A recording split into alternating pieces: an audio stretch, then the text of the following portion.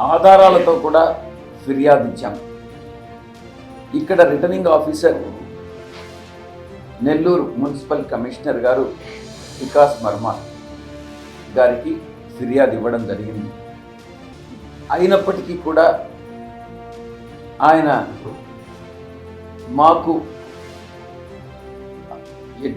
మాకు సమ్మతమైనటువంటి ఎటువంటి చర్యలు తీసుకోకుండా ఆధారాలు సమర్పించినప్పటికీ కూడా ఒకరి మీద ఒక బిఎల్ఓ మీద మేము ఏడుగురు మీద కంప్లైంట్ ఇచ్చిన నేపథ్యంలో ఒకరి మీద కంప్లైంట్ తీసుకోవడం,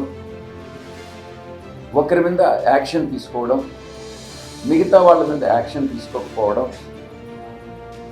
ఇదంతా కూడా చట్ట విరుద్ధం, నిబంధనలకు విరుద్ధం అని నేను చెప్తా ఉన్నాను.